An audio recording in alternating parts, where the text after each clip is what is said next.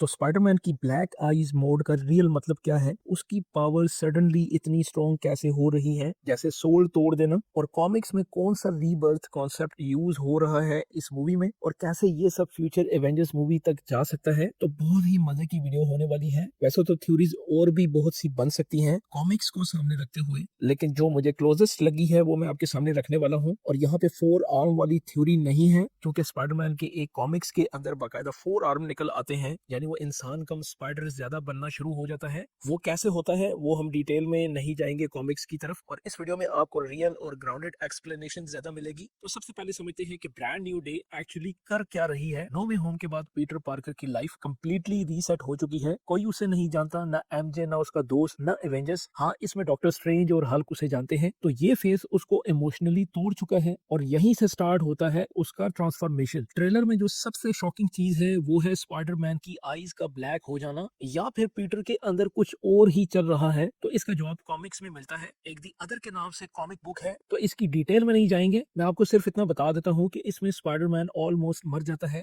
फिर एक कॉकून में चला जाता है, और फिर इसकी रीबर्थ होती है। उसके बाद उसकी पावर्स इवॉल्व हो जाती हैं। वो ज्यादा इंस्टिंक्ट बेस हो जाता है, मतलब सोच कम रिएक्ट ज्यादा। तो ये एग्जैक्टली वही डायरेक्शन लग रही है जिसको मूवी फॉलो करते हुए नजर आ सकती है। अब आते हैं ब्लैक आईज पर। तो कॉमिक्स में स्पाइडरमैन की आईज नॉर्मली ऐसी ब्लैक नहीं होती, लेकिन जब वो अपनी लिमिट क्रॉस करता है, जब उसका कंट्रोल टूटने लगता है, तो वो ज्यादा क्रिएचर लाइक बिहेव करता है, यानी इंसान कम स्पाइडर ज्यादा। और मूवी में इसी चीज को विजुअली दिखाने के लिए ब्लैक आईज मोड यूज किया गया लगता है, यानी उसके ना तो 4 हाथ निकलेंगे, ना उसकी आईज की शेप तब्दील होगी जैसे कॉमिक्स के अंदर उसकी हो जाती है। तो ये थोड़ा सा कॉमिक्स से हटके है। स्पाइडर का रिफ्लेक्शन दिखाने के लिए उसकी आईज को ब्लैक किया जा सकता है, जैसे स्पाइडर की आईज होती हैं। तो ये पीटर का स्पाइडर इंस्टिंक्ट मोड हो सकता है, यानी इंसान कम स्पाइडर ज्यादा। जब वो मोड एक्टिवेट होता है, उसकी स्पीड इंक्रीज होती है, रिफ्लेक्सेस एक्सट्रीम लेवल पर चली जाती हैं, स्ट्रेंथ लिमिट ब्रेक हो जाती है, और इमोशंस टेम्परेरी शट हो जाते हैं। इसलिए वो निंजा की सोल को तोड़ देता है, जैसा ट्रेलर में दिखाया गया है। क्योंकि वो नॉर्मल स्पाइडरमैन नहीं रहा, वो फुल इंस्टिंक्ट पे चल रहा है। तो अब यहाँ से मेरी थ्योरी स्टार्ट होती है। स्पाइडरमैन इंसान कम स्पाइडर ज्यादा बनता है, और यही इस मूवी का कोर कॉन्फ्लिक्ट हो सकता है।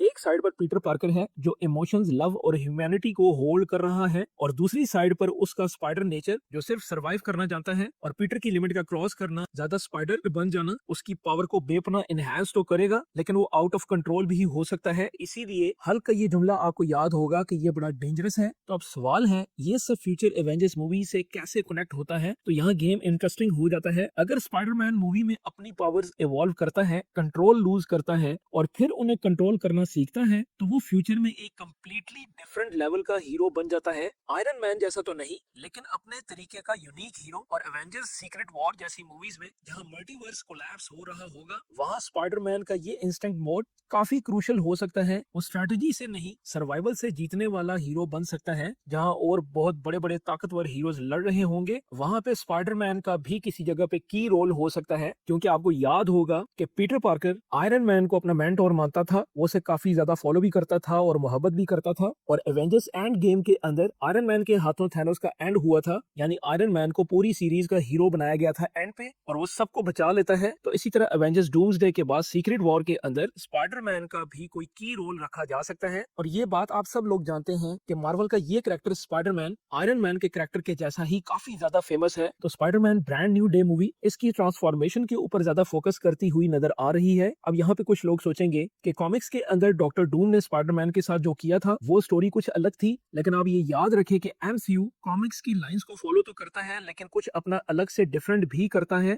जैसा कि वो करता हुआ आ रहा है, जिससे वो अपने व्यूअर्स को सरप्राइज दे सके। और कुछ थ्योरीज के मुताबिक स्पाइडरमैन के 4 आर्म निकल आएंगे, क्योंकि ये एक कॉमिक के अंदर हुआ था। तो मुझे नहीं लगता कि एमसीयू ऐसा कुछ करेगा, क्योंकि एमसीयू यूजुअली इतना एक्सट्रीम नहीं जाता। लेकिन इसकी जो आईज का चेंज दिखाया गया है, तो ये चीज हमें बताती है कि कॉमिक्स को फॉलो तो कर सकता है एमसीयू, लेकिन अपने अंदाज में थोड़ा सा डिफरेंट वे पे जाके उसकी इंस्टिंक्ट्स इवॉल्व हो सकती हैं, उसकी पावर्स बूस्ट हो सकती हैं, और ये सब मिला के वो एक नया स्पाइडरमैन बन सकता है जो कॉमिक्स जैसा पावरफुल हो, लेकिन अपनी यूनिक आइडेंटिटी के साथ। तो अगर पीटर कंट्रोल लूज करता है तो वो खुद एक थ्रेट बन सकता है, और अगर कंट्रोल हासिल कर लेता है तो शायद वो फ्यूचर एवेंजर्स का सबसे डेंजरस वेपन बन जाए। तो मेरी इस थ्योरी के बारे में आप क्या कहते हैं, नीचे अपनी राय का इजहार करें। वीडियो अच्छी लगे तो लाइक करें। मिलते हैं नेक्स्ट वीडियो में, तब तक के लिए इजाजत।